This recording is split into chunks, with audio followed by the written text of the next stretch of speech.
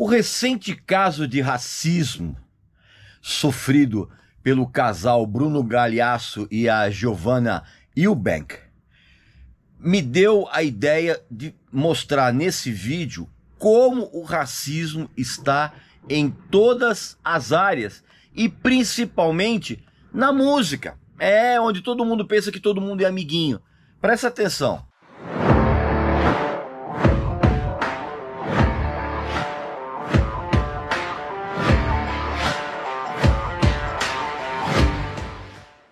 Meu amigo e minha amiga, o escritor Peter Guralnick fez uma das mais inacreditáveis biografias lançadas até hoje, a respeito do Elvis Presley.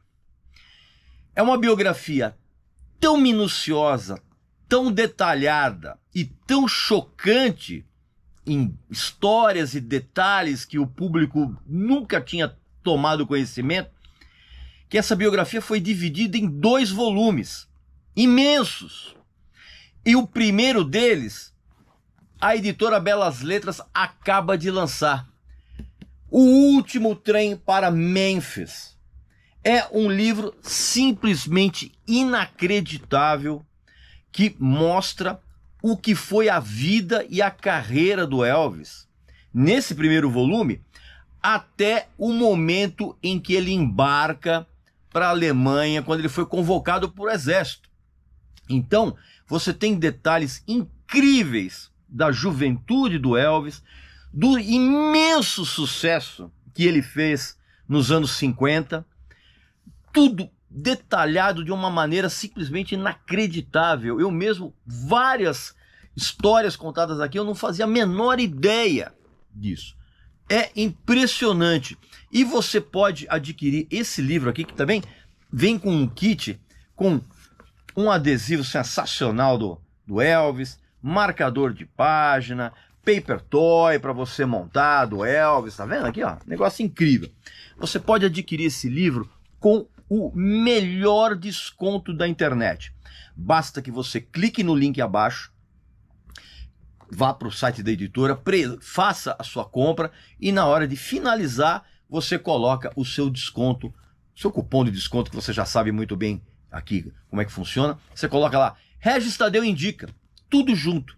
E você vai ter um desconto simplesmente espetacular, melhor da internet. E o mais legal, a editora tem um esquema de desconto progressivo. Ou seja, se você comprar o livro do Elvis, você tem um desconto incrível. Se você comprar o livro do Elvis e mais outro livro, esse desconto aumenta. E assim sucessivamente. Então, não perca essa oportunidade. É um dos livros mais inacreditáveis de todos os tempos. Último Trem para Memphis, Elvis Presley. Não perca essa oportunidade. Meu amigo e minha amiga, antes de qualquer coisa, eu tenho que dizer um negócio para você. O racismo, esse odioso, essa perversidade, essa coisa absurda, ela está enraizada em todas as áreas que você pode conhecer. Inclusive na música, onde você pensa que todo mundo é amigo de todo mundo, né? Todo mundo bate nas costas, aquela coisa toda, todo mundo é legal. Não, não é.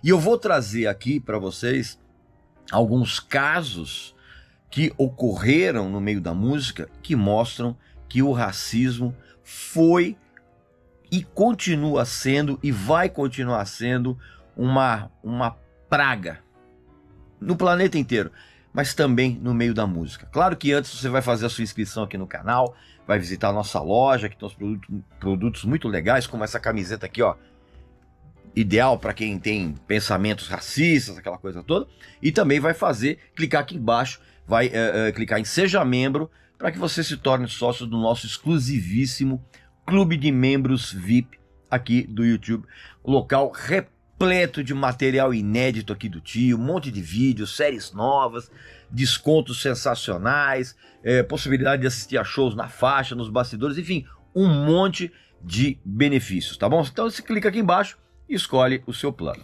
Dias atrás, um dos assuntos mais comentados e todo mundo falou a respeito disso, do caso de racismo ocorrido lá em Portugal contra os filhos do Bruno Galhaço e da Giovanna Eubank. Que inclusive o casal reagiu como se tem que fazer contra essa odiosa perversidade em todos os sentidos. Eles reagiram muito bem. E, aliás, como o próprio Bruno Galhaço frisou muito bem, ele soltou uma frase que é sensacional e que justifica as atitudes que a gente tem que ter contra racistas, que é: não confunda a reação do oprimido com a ação do opressor. Perfeito, é isso mesmo. Mas eu não vou falar sobre esse caso específico, né? Até porque esse caso já foi devidamente esmiuçado aí por todas as mídias que você pode imaginar. O que eu quero falar é exatamente que o racismo ele acontece, como eu falei, em todos os ambientes, em todos os universos. Inclusive naquele universo em que as pessoas pensam que é um dos mais liberais, que é a classe musical, o mundo da música. E o que eu pretendo dizer aqui e explicar para vocês é que jamais devemos nos esquecer que o fato de alguém ser um artista famoso não o livra da ação racista, tá? E, obviamente, do posterior sofrimento que isso causa em qualquer pessoa, do mais rico ao mais pobre, do mais inteligente ao mais ignorante. Ninguém está livre desse tipo de ódio. Ninguém está livre do racismo. Obviamente, você aqui que me acompanha sabe que grandes artistas negros ou pretos, vamos falar pretos, tá ok? Grandes artistas pretos foram e ainda são enormes influências em qualquer gênero e estilo musical que você imaginar. Jazz, blues, funk, folk, gospel, soul e, obviamente, o rock e o pop. Só que você tem que entender, de uma vez por todas, que esses gêneros, todos esses gêneros e estilos, eles só se popularizaram. Olha bem o que eu vou falar. Todos esses gêneros musicais, esses estilos, eles só se popularizaram quando artistas e músicos brancos passaram a usufruir desses gêneros e desses estilos. Popularização é a palavra-chave aí, você tá entendendo? Inclusive, no meio musical, existe um ditado que quem trabalha com música sabe muito bem disso desde os tempos que o homem vivia nas cavernas. A cultura negra é popular, mas os pretos não. Isso é um ditado, quem trabalha em música conhece bem isso. Você quer alguns exemplos? Vamos lá. Eu, sinceramente, eu poderia fazer um vídeo aqui de umas 76 horas de duração explicando por que ao longo do tempo a grande maioria das grandes gravadoras, com raras e honrosas exceções, elas sempre preferiram apostar na música para brancos. E não porque essas gravadoras acreditassem que o potencial artístico negro fosse menor, mas sim porque elas admitiram implicitamente que artistas negros, artistas pretos, não receberiam a glória e o sucesso que as pessoas brancas receberiam se fizessem o mesmo trabalho que elas. Só para você lembrar que o Elvis Presley surgiu porque o Sam Phillips, né, dono da gravadora Sun Records, ele desejava ardentemente lançar um artista branco com voz de preto. Obviamente, a indústria musical ao longo das décadas, ela fez a verdadeira apropriação cultural. Não esse monte de bobagem que a gente vê por aí de gente sem cérebro, bancando, bradando esse tipo de bobagem. Houve apropriação cultural. Não é esse tipo de bobagem que a gente fica lendo aí nas redes sociais, você tá entendendo? Mas ela fez essa verdadeira apropriação, essa sim, justamente para enriquecer. E isso é absurdamente evidente. E apropriou-se daquilo em prol do lucro. Óbvio. Ou você acredita que alguém seria capaz, sozinho, de estruturar um sistema inteiro que beneficiasse determinado grupo social? Claro que não. Você quer ver como ainda hoje isso está enraizado socialmente no meio musical? Pega o caso do prêmio Grammy, tá? Que pratica um racismo velado há décadas, desde que ele foi instituído. E ele vem a cada ano sendo contestado de maneira veemente por conta desse racismo implícito. Outra coisa que você tem que lembrar é que todos os veículos de comunicação sempre foram e ainda são chefiados por brancos. E isso facilitava e ainda facilita automaticamente o acesso de artistas brancos às grandes mídias. E justamente por ter esse estado de coisas, isso dificultava para os pretos. E isso sempre foi encarado com uma certa naturalidade, né? Como se o racismo fosse uma tradição.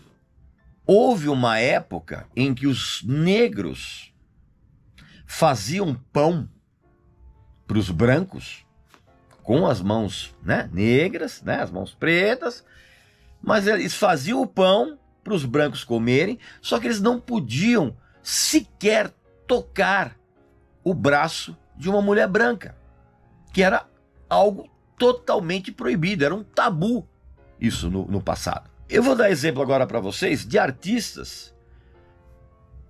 Se você pensar bem, todo artista, todo músico preto, nacional ou internacional, não importando o gênero e estilo, todos já sentiram na pele o racismo. Eu vou trazer aqui para vocês alguns casos de gente muito famosa que passou por isso. B.B. King, por exemplo. O B.B. King, por exemplo, ele nunca escondeu que por trás daquela figura alegre, toda bonachona, estava alguém que viveu todas as transformações na vida dos pretos norte-americanos ao longo de mais de 60 anos de carreira. Inclusive, 60 anos percorrendo os Estados Unidos de ponta a ponta com as suas turnês.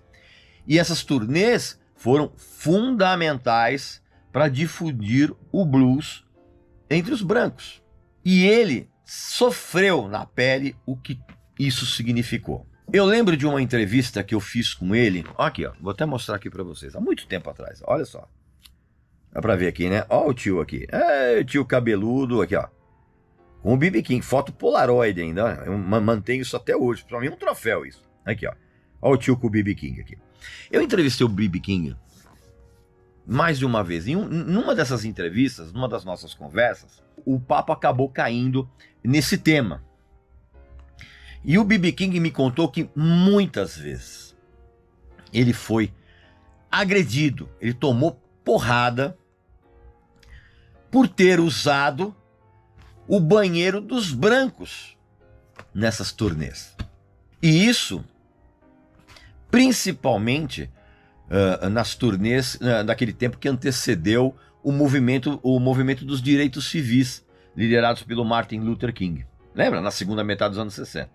E ele me contou também que não só os banheiros, assim, mas também os bebedouros Por quê, cara? Porque na época dele havia banheiros e bebedouros para brancos e banheiros e bebedouros para gente de cor. E a mesma coisa valia para os restaurantes. Pra você ter uma ideia, nem hotéis ele e a sua banda conseguiam encontrar que recebessem pessoas pretas. Muitas vezes, ele e a banda dele tinham que dormir no ônibus com o qual eles viajavam para fazer essas turnês, cara, ou mesmo os carros. E outra coisa, os ônibus naquela época não eram esses turbus que tem hoje, tudo confortável, com caminha, não. Era ônibus comum, que eles adaptavam para botar o B.B. King, a banda dele, e ficar viajando pelos Estados Unidos. E outra, várias vezes, você consegue imaginar o B.B. King sendo vaiado? Você consegue? Não dá para imaginar isso, né? Pois é, cara, mas isso aconteceu várias vezes naquela época. E o B.B. King, nesse papo que eu tive com ele, ele me falou uma frase que é incrível. Ele falou o seguinte, cara, que se você é negro e está ligado ao blues, então você é como se você fosse negro duas vezes. Essa frase é incrível. E incrível também foi o fato de que o blues foi um dos grandes responsáveis pela aceitação dos negros, dos pretos na sociedade, a partir principalmente dos anos da década de 60. O B.B. King, ele dizia que muitas pessoas que dificilmente falavam com os pretos no cotidiano, nas ruas, iam nos shows para assistir os pretos tocarem e cantarem. Veja o caso, por exemplo, do Chuck Berry, né? Inclusive eu já fiz um vídeo a respeito do Chuck Berry aqui no canal, recomendo que você assista, que eu falo um monte de coisa a respeito dele. E o Chuck Berry foi, sim, um dos criadores do rock and roll, né? Junto com o Fats Domino, junto com o Little Richard. E como nós sabemos, a gente descobriu de uns anos para cá, que foi também criado por uma mulher, que é a Sister Rosetta Tharpe.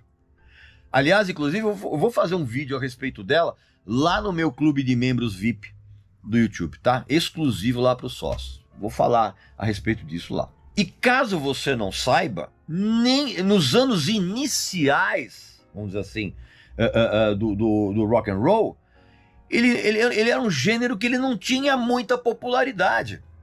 Ao contrário do que a maioria das pessoas imagina. E essa situação só inverteu, ou seja, o rock and roll passou a ter uma enorme popularidade quando alguns artistas brancos começaram a aparecer fazendo esse tipo de música, como o Bill Haley e o Elvis Presley. Sacou? Inclusive, o Elvis, mesmo chocando aquela sociedade conservadora americana dos anos 50, com aquele rebolado dele, mesmo assim, ele ainda era mais aceitável do que os pioneiros do rock and roll, cara, por causa da pele. Porque o Elvis tinha pele branca, tinha olhos claros. Obviamente, você sabe, eu já contei isso, o Chuck Berry, ele guiou a carreira dele, inclusive, traumatizado por calotes e ofensas racistas dos contratantes dos seus shows. A ponto, inclusive, depois de um determinado tempo na carreira, ele passou a agir com uma incrível arrogância na hora de tratar, por exemplo, das suas apresentações. E isso incluía o pagamento em dinheiro 5 minutos antes dele entrar no palco. Se houvesse o mínimo problema, ele voltava para o carro dele, que ele dirigia sozinho, sem motorista particular, e tratava de ir embora. E a não ser, inclusive, que todas as suas condições fossem 100% aceitas. Então, o Chuck Berry, ele se tornou um mala insuportável, mas ele também nunca mais tomou calote. Você consegue imaginar, por exemplo, vou pegar outro personagem. Você consegue imaginar, por exemplo, a quantidade de ofensas e de racismo explícito que o Little Richard ouviu e sentiu na pele ao longo daquela carreira longa e sensacional? Você já imaginou? Você imagina, então, cara, um artista, sendo considerado como uma bicha afetada. Ainda nos dias de hoje, acontece isso. Muitos energúmenos se referem a artistas como Little Richard e outros artistas homossexuais como bichas afetadas. Isso acontece até hoje. Agora, você imagina isso na década de 50, na década de 60, cara. Quando o Little Richard, particularmente, recebeu um tsunami de ofensas racistas, preconceituosas, homofóbicas, por parte de uma enorme parcela de uma sociedade americana caipira, retrógrada, a um nível quase medieval. Isso numa época quando a luta pelos direitos civis, cara, nem engatinhava. E o Little Richard, ele era mais odiado ainda. Por quê, cara?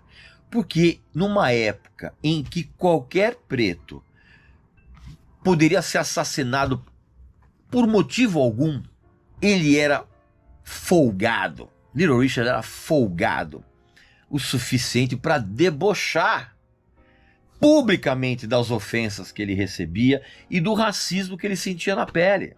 E isso deixava a sociedade americana ainda mais emputecida. Outro caso que eu quero trazer aqui, o Miles Davis. Em agosto de 1959, ele estava do lado de fora de uma casa de shows com o seu nome na fachada, ali em luminoso, né? Ele estava no auge da fama, né? Tinha acabado de lançar o Kind of Blue, ele estava no auge da fama. E ele foi brutalmente espancado por policiais. Ele tinha acabado de levar uma garota linda com quem ele estava saindo, uma garota chamada Judge, para pegar um táxi. E depois, depois que ela entrou no carro, o Miles Davis ficou ali na porta do clube, até que um policial chegou para ele e mandou ele seguir em frente. Ó, segue em frente aí. Quando o Miles falou pro policial que ele estava ali no clube, porque ele estava tocando, inclusive ele mostrou ali no letreiro luminoso o nome dele, o policial virou para ele e falou assim que isso não tinha a menor importância e que se ele não obedecesse e se mandasse dali, ele ia ser preso por desacato. Como o Miles ficou encarando o policial e não mexeu um músculo, o tira lá, ele deu voz de prisão e pegou as algemas. Quando o Miles chegou perto do policial, já no meio de uma pequena multidão que começou a se aglomerar ali por causa da confusão, do nada, o Miles Davis tomou uma porrada na cabeça, dada por um detetive branco que apareceu ali no meio da multidão e deu uma coronhada na cabeça do Miles. E aí, obviamente, né, o sangue escorreu por cima da roupa do Miles, não sei o que, bababá. Você pensa que isso mudou a situação? Não, cara. O Miles, ele foi algemado, ele foi levado para a delegacia e ele passou horas sendo provocado enquanto ele estava detido para ver se ele reagia. E ele, malaco, falou: não, cara, se eu reagir aqui, aí que eu vou dar motivo para isso. Então ele ficou na dele, sossegado, né, se segurando. E ali ele foi solto depois de, acho que umas horas depois que ele foi fichado.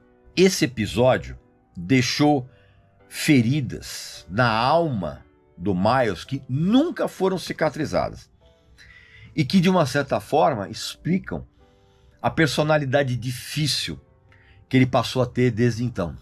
Inclusive, pessoas próximas a ele e músicos que trabalharam com ele disseram que depois desse episódio de racismo, eles passaram a notar que constantemente, cara, o Miles ele parava, ele tinha uns flashbacks desse momento odioso, cara. Ele ficava meio catatônico, coisa impressionante. Outro exemplo gritante desse racismo contra artistas acontecia quando aqueles contratados da lendária gravadora Motown, né, eles saíam em turnês nos anos 60 Inclusive, eles saíam juntos, eram vários artistas fazendo turnês juntos.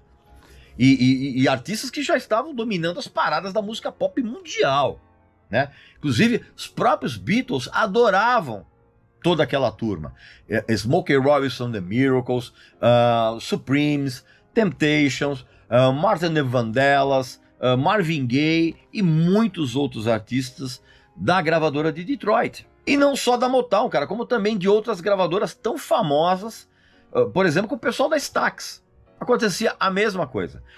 Esses artistas, cara, eles circulavam, eles faziam turnês pela Europa, pelo Japão, apresentando-se assim em casas de shows super elegantes, né, lotadas, né, todo mundo ia aos grandes programas de TV da época, aquela coisa toda, ficavam em hotéis muito legais, mas isso no exterior, porque dentro do próprio Estados Unidos, eles sofriam uma discriminações que hoje são inimagináveis, principalmente quando eles excursionavam pelo sul dos Estados Unidos, onde a maioria das pessoas praticava uma política de segregação racial ainda mais horrorosa e oficializada.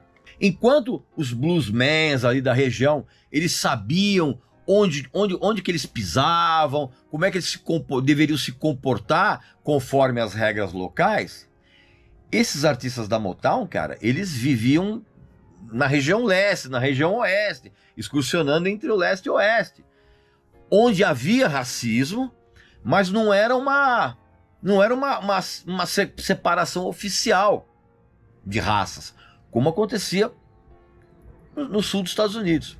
Então esses artistas, cara, eles eram obrigados a se enquadrarem em normas de convivência social dali. E essas normas, o que era?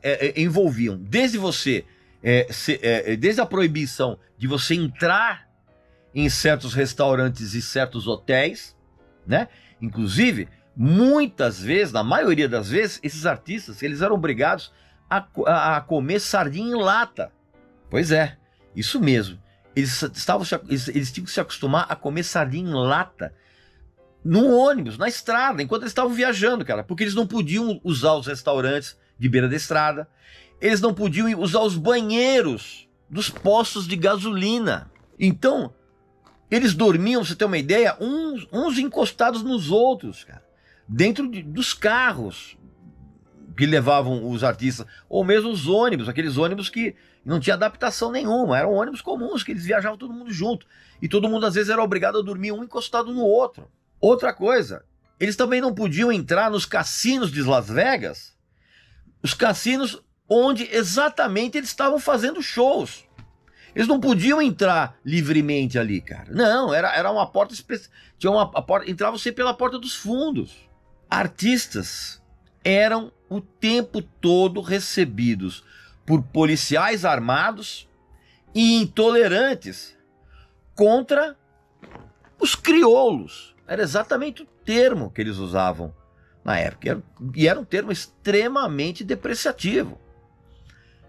Cara, era um negócio de vomitar.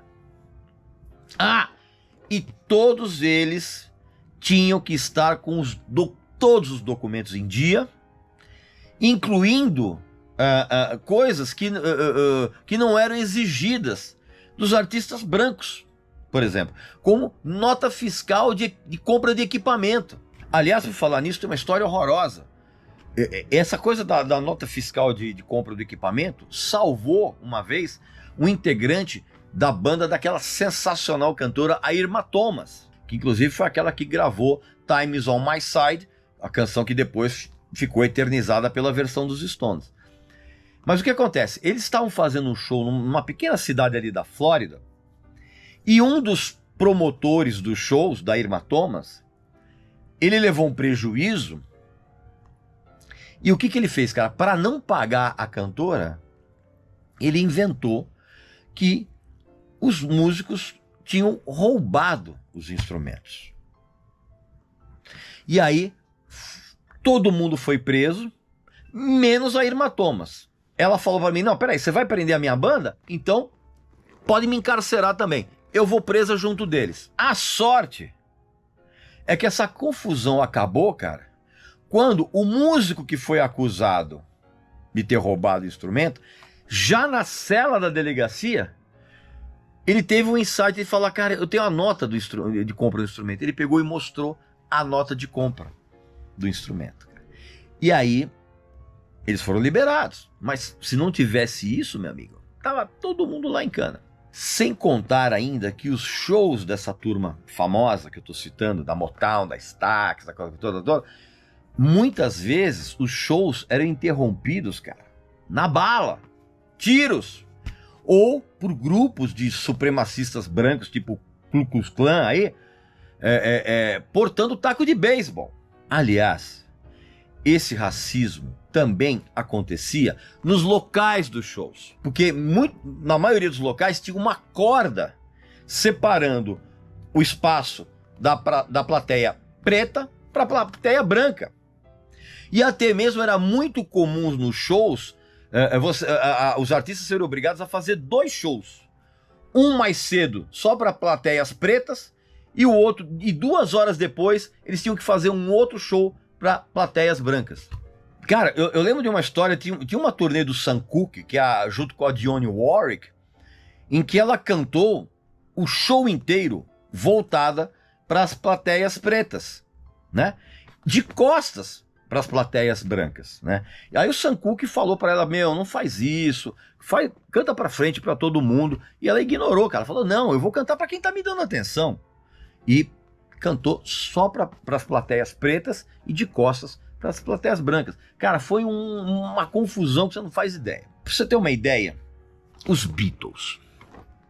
Quando os Beatles fizeram a primeira turnê americana, se não me falha a memória, em fevereiro de 64, os 4 caras, né, conheceram o segregacionismo e o racismo ao vivo ali. E eles se recusaram a fazer parte dele. Quando eles souberam, por exemplo, que eles iam fazer um show em Jacksonville, na Flórida, e que no show as plateias seriam separadas entre brancos e pretos, eles se recusaram a fazer o show. Ele falou, não, cara, não vamos fazer o show, não. E aí, como todos os ingressos tinham sido vendidos, os promotores dos shows ficaram apavorados e resolveram tirar a corda e deixar todo mundo sentar onde quisesse.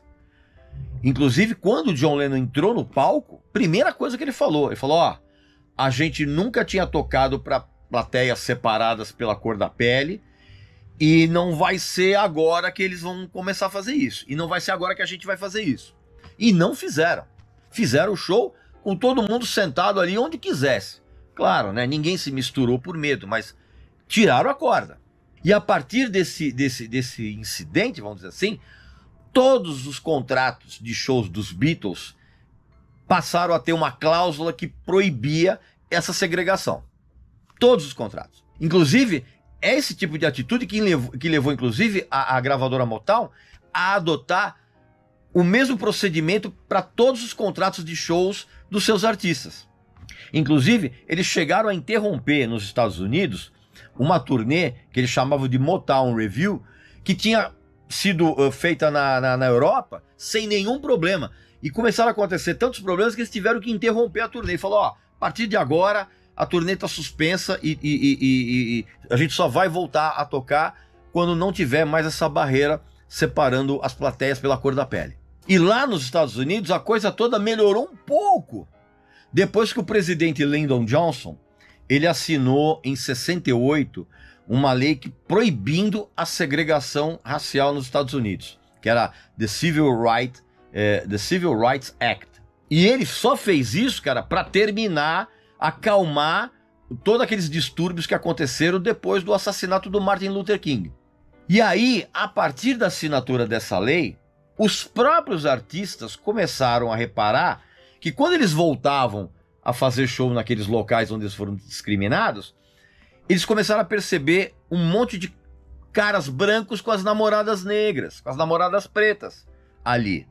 E, aliás, foi uma tendência que depois acabou se solidificando ainda mais nos anos 70. Agora, você pensa que isso só lá nos Estados Unidos que acontecia?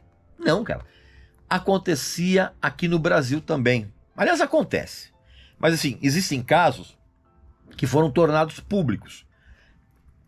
2 desses casos eu vou contar aqui para vocês.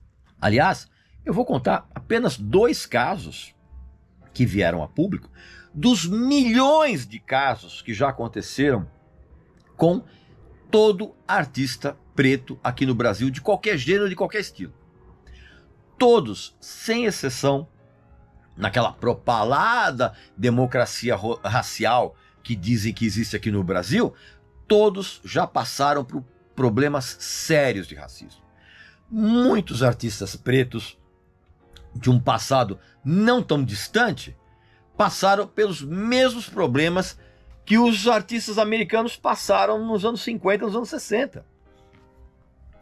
Em 1951, Luiz Gonzaga, já famoso, nome conhecido nacionalmente, ele foi barrado na porta da Rádio Gazeta aqui em São Paulo. E o Luiz Gonzaga, sempre foi um cara muito esquentado, muito nervoso, muito brigão, ele forçou a entrada e pegou o elevador para ir para a rádio.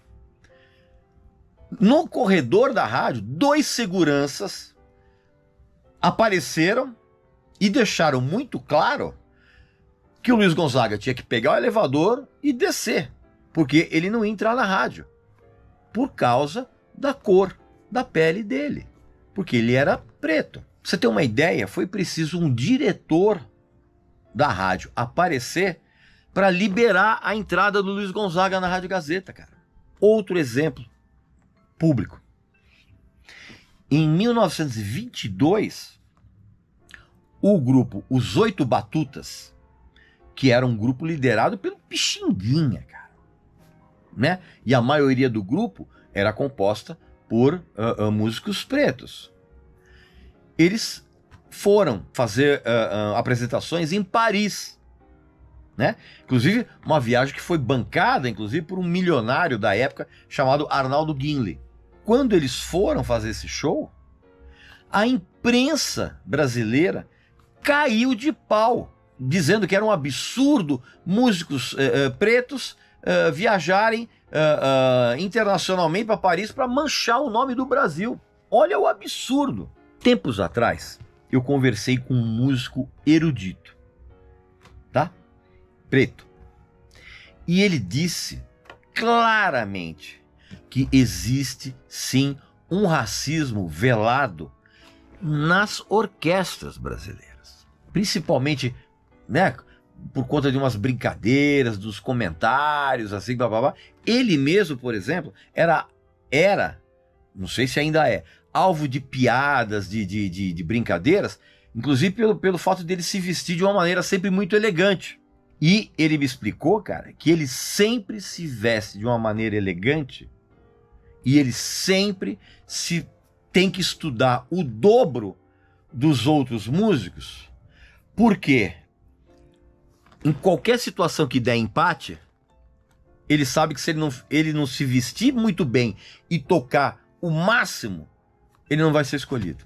Então, meu amigo, eu vou terminar esse vídeo fazendo uma pergunta para você pensar aí em casa. Você acredita sinceramente que o Michael Jackson teria sido alçado a essa condição mitológica por parte dos seus fãs? Ele teria alcançado essa posição se ele tivesse continuado com a mesma imagem da época do álbum Off the Wall? Se ele tivesse continuado com aquele mesmo tom de pele? Se você pensar aí na sua casa, pensa nisso. Enquanto você pensa nisso também, você vai fazer a sua inscrição aqui no canal, vai visitar a nossa loja que tem uns produtos muito legais, né? Tem a ver com esse tema.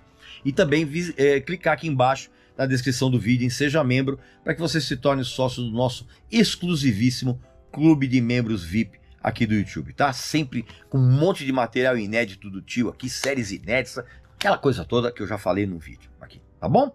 Então um abraço, saúde para você, para sua família e para seus amigos. E aqui nos comentários, deixa a sua opinião a respeito disso. E também responda, será que o Michael Jackson teria sido o mito que foi? Se a pele dele continuasse da cor original? Pensa nisso. Até a próxima.